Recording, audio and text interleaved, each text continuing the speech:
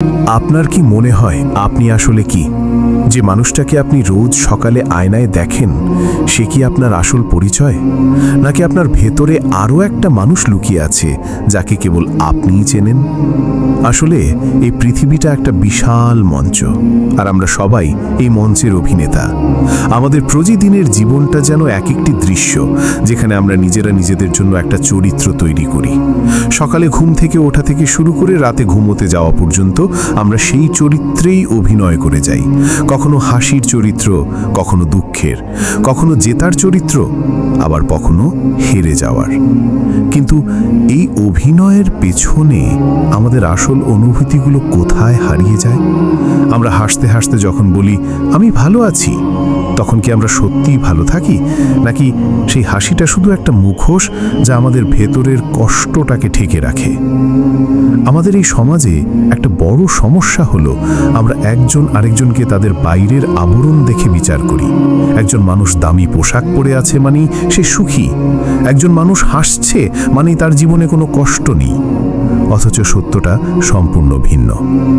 আপনি যাকে সবচেয়ে সুখী ভাবছেন, হয়তো তার ভেতরের কষ্টটা সমুদ্রের গভীরতার মতো। আর যিনি আপনার সামনে হেসে গল্প করছেন, তার হয়তো গত রাতেই মন ভেঙে চুরমার হয়ে গেছে। আমরা সবাই যেন এই সত্যটা জানি, তবু আমরা দিনের পর দিন নিজেদের আসল চেহারা লুকিয়ে রাখি। আমরা নিজেদের দুর্বলতা প্রকাশ করতে ভয় পাই, কারণ আমরা জানি এই দুর্বলতা প্রকাশ করলে এই সমাজ আমাদের আরও বেশি আঘাত করবে। আর এই আঘাতগুলো আসে সবচেয়ে কাছের মানুষদের কাছ থেকে। সম্পর্ক, বিশ্বাস, এই দুটি শব্দ জীবনে কতটা মূল্যবান তা আমরা ততক্ষণ বুঝি না যতক্ষণ না কোনো আঘাত পাই। বিশ্বাস এমন এক মূল্যবান সম্পদ যা একবার ভেঙে গেলে আর জোড়া লাগে না।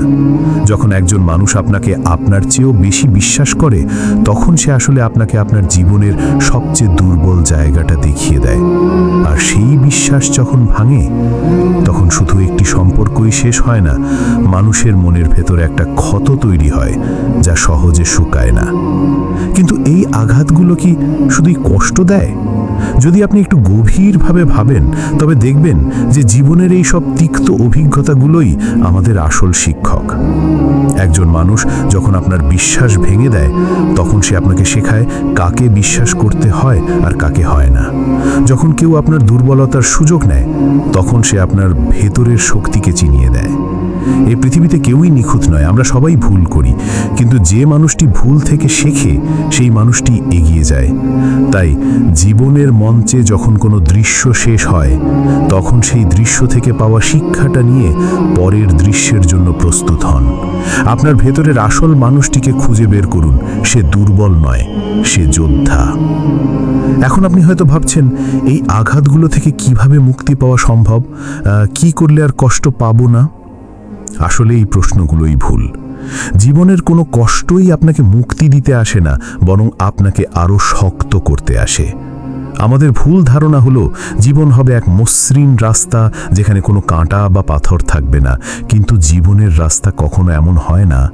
জীবন আসলে একটা পাহাড়ের মতো, যেখানে আপনি শুধু ওপরে ওঠেন না, মাঝে মধ্যে পিছলে নিচেও নেমে আসেন। আর এই পিছলে যাওয়াগুলোই আপনাকে শেখায় কিভাবে শক্ত করে মাটি ধরে রাখতে হয়।